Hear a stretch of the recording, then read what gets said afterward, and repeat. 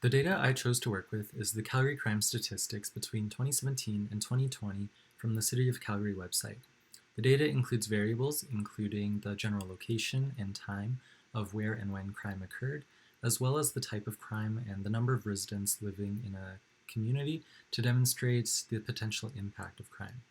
Most importantly, the data contains crime counts so that the amount of crime can quantitatively be tracked. And that's exactly what I wanted to do with my project. With my initial sketches, I gravitated towards visualizing the data with a tree map because it shows how proportionally different levels of crime are depending on time, location, and type.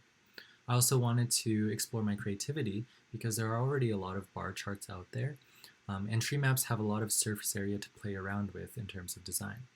However, when I began visualizing the data using D3, I realized it was much more difficult to be creative and would have to rely a lot on the interactivity aspect to view the data in its totality while still being meaningful. Here is my final product. It's an interactive tree map that has been designed so that it adheres to the theme of crime by resembling a jail cell. Each level of the tree map indicates all of the unique values associated with the given variable. So here we're looking at year, and 2017, 2018, 2019, and 2020 are used to segregate the data. The layer below shows through as well at the bottom right of each of the rectangles, making up the next layer, in this case, months. So when you move your cursor, the current layers sections are individually highlighted to clearly show what is grouped together and what will be further explored when clicked. Speaking of clicking, if we click on the highlighted section, it zooms in on the layer below, showing the next layer below that. So we'll just zoom in on the biggest rectangle each time here. With every zoom in, a new layer with different unique values is better visualized than if everything was visible from the first screen. Also, the different selections made appear at the top bar to show what led to that current layer and the view that the user is seeing. With the last layer showing the differences in types of crime, we can see that within the Beltline, the community with the most crime, theft from vehicles was the most prevalent. Also, a tooltip pops up to label both the current rectangle as well as the crime count associated, and the resident count if the rectangle is on a layer with community information attached.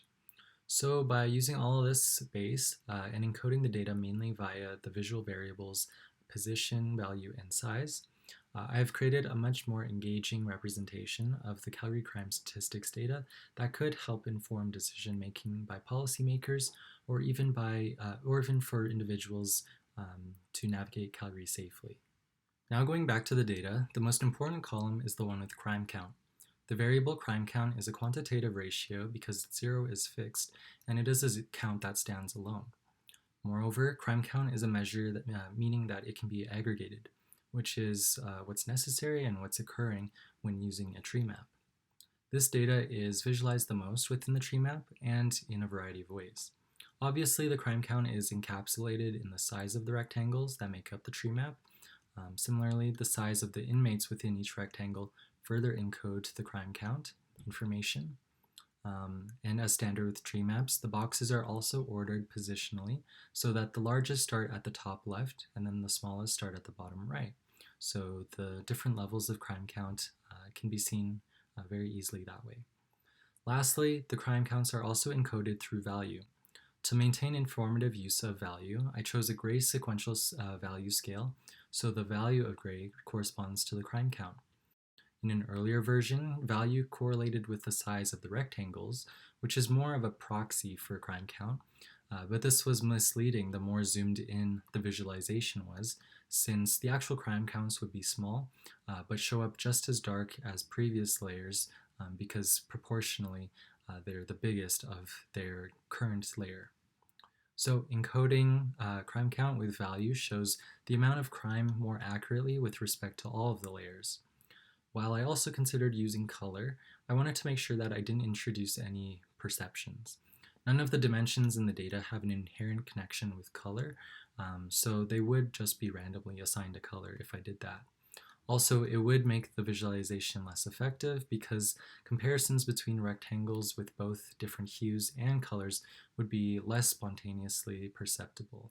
If something is the same count, it just wouldn't look very comparable between, say, red light red and light blue. Therefore, although alternative approaches could have been taken, I really tried to consider McKinley's design criteria to maintain expressiveness and effectiveness. While I think I did a good job of optimizing the use of position, size, and value, I do think I could have done even better if the order of the layers was customizable by the user. I manually selected the order by which data would be aggregated, and this formed a hierarchy that wasn't actually naturally there in the data.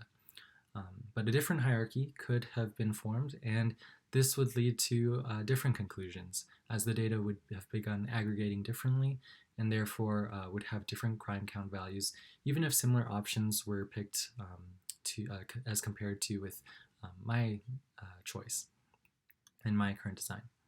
So if I could give the user the choice to alter this hierarchy as they see fit, it would further improve the expressiveness of the visualization by showing the complete picture of all the different trends in the data.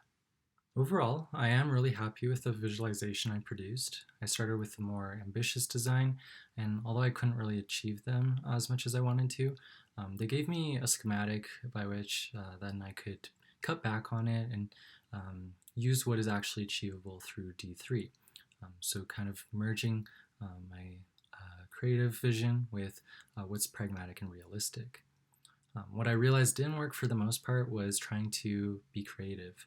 Tree maps I have seen all look basically the same. There's really no introduction of art into it or design. And they pretty much do just what they can through code. And there's limited ways to do so with tree maps. So that might set the precedent of why we don't really see a lot of these unique tree maps. Adding the inmates for me to each cell is definitely an improvement on most tree maps with this aspect, but I could see how it could be argued that it reduces the data to ink ratio. However, I think that this is a reasonable addition because it makes the visualization more compelling, and it also really drives home the idea of a prison cell instead of just a bunch of rectangles and a standard tree map. If I were to do it again, I would like to have a more sophisticated tooltip that resembles sort of like a rap sheet for criminals. Then a map could be added as well to really show where in the city these crimes are occurring. The best feedback I received from my buddy groups was to lean more on the interactivity if I couldn't be as creative. This ultimately helped me see what does work with D3, and that is making visualizations interactive to show the most meaningful information with the zooming in feature, for example. So in a way, I was actually able to be creative by combining a lot of these known interactive methods with using tree maps into a new way and showcasing it through my work. So yeah, as a bioinformatics student with limited computer science background, I learned a lot about D3, and I will be able to implement it in future work when I have to visualize data. I've increasingly learned that data visualization is important and will make the difference between keeping knowledge for industry professionals only and being able to further disseminate that knowledge to educate lay people on data that affects them. So data visualization will be very important in the future if we want to equalize the knowledge that we have.